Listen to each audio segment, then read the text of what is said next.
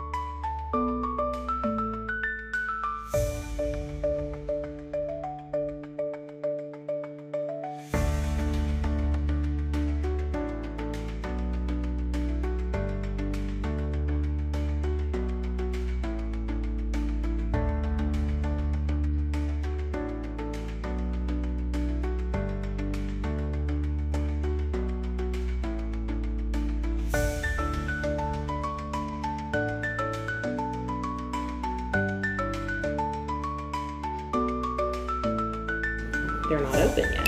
So we're going to put them in hot water and slosh them around. We spin them like this. Okay, so this one still has a very, and we may not get anything out of this one because it's so tightly shut. It should have never been picked this early. That looks like a dumpling. I didn't see that. But maybe we will get this bad boy to open. I don't think it's the best thing for these flowers to be in hot water for a long time. Yeah. So we just want to work with them as fast as we can. It looks great. That's perfect. You don't have to get to the middle. Yeah. Hopefully it will continue opening on its own.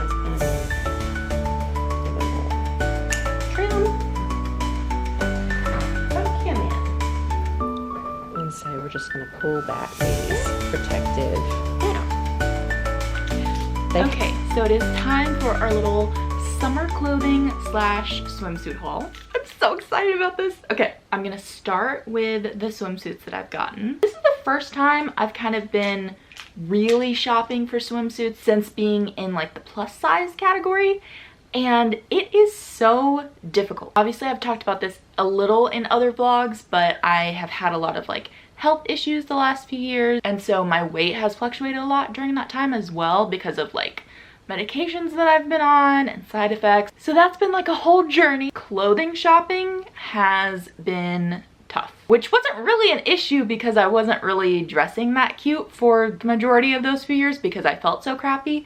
But now I feel a little bit better and I'm trying to dress nicer, but it's so hard. I kind of felt like I would be doing a public service just by talking about some of the places that I have found swimsuits and clothes, as a plus size girly. So both of the swimsuits I've found so far have actually been from Pink, believe it or not. And that was a place that, you know, it kind of always had that reputation of one particular body type, but they actually had a lot of options in my size. So very excited about that. So this is the first one that I found. It's so cute. It's this pink like eyelet material. So it's got these kind of like lace almost looking flowers, but that's like what the material looks like, and it fits really well. I'm not gonna like try the swimsuits on just because I don't want that on the internet.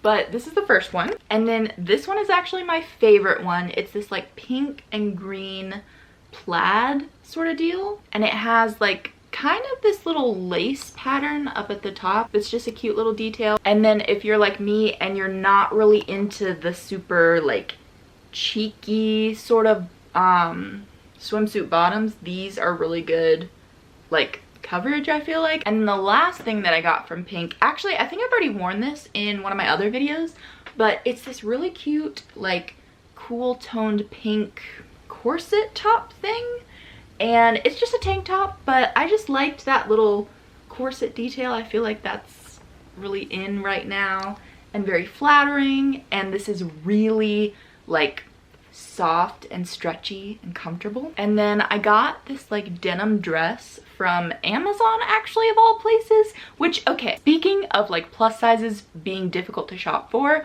that used to be my experience with Amazon. Like they pretty much carried like small, medium, large, and the materials were not very good quality, and so I just stopped shopping there for a long time. And then my mom had been getting some stuff off of Amazon recently that was so cute and we're about the same size. So I was like, okay, hold on, maybe I need to revisit. And I found this cutie little summer dress. I needed a couple of options to wear to my brother's girlfriend's graduation. I didn't end up wearing this one, but it's one of the like possibilities that I got for that.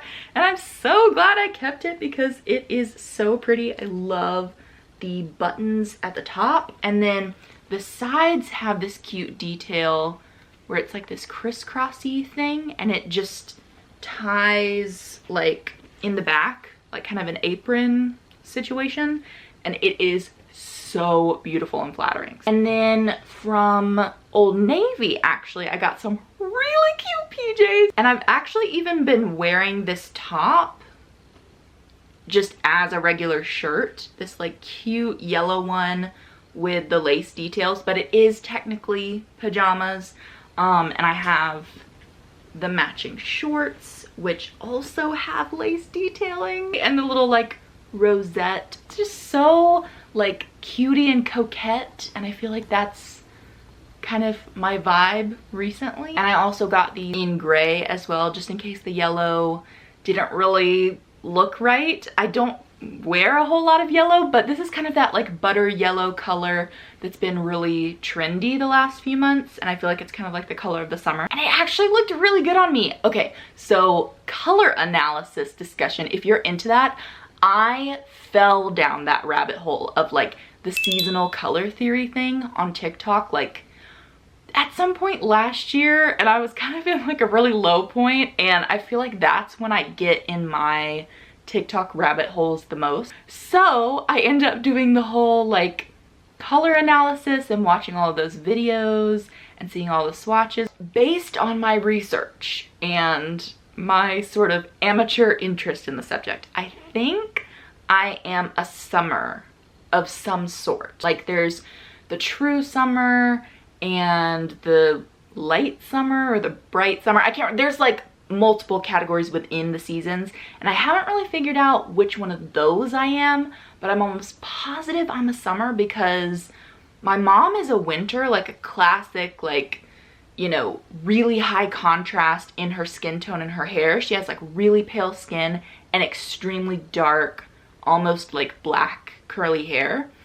And so I kind of just always assumed I was a winter because I could usually wear her clothes, but they were always just a little bit too bright and overpowering for me. So that's kind of what got me interested in the color theory, was trying to figure out like what the deal was there. And I think it's just that I'm not as high contrast as my mom. So we're both cool tones. So like summer and winter are the cool seasons and spring and autumn are the warm seasons. So like I knew I was not a warm season, but I just don't have, like, obviously I am very pale, but my hair is more of like a goldeny brown-ish, like a medium brown. So there's not as much like impact between my skin tone and my eye color and my hair color. And so that's what makes me think I'm a summer. And so it kind of ended up turning out well for me because this sort of butter yellow is a very cool toned yellow and it's a very low contrast yellow. So I think butter yellow is like in my seasonal palette, but I don't know. Let me know your thoughts. Let me know if you are into the seasonal color analysis stuff, what you think you are. Maybe if you have an opinion, what you think I am, because I love to hear about that stuff. But yeah. Oh, and I have some new shoes. They're these like really chunky platform sandals and they have those little buckles on them.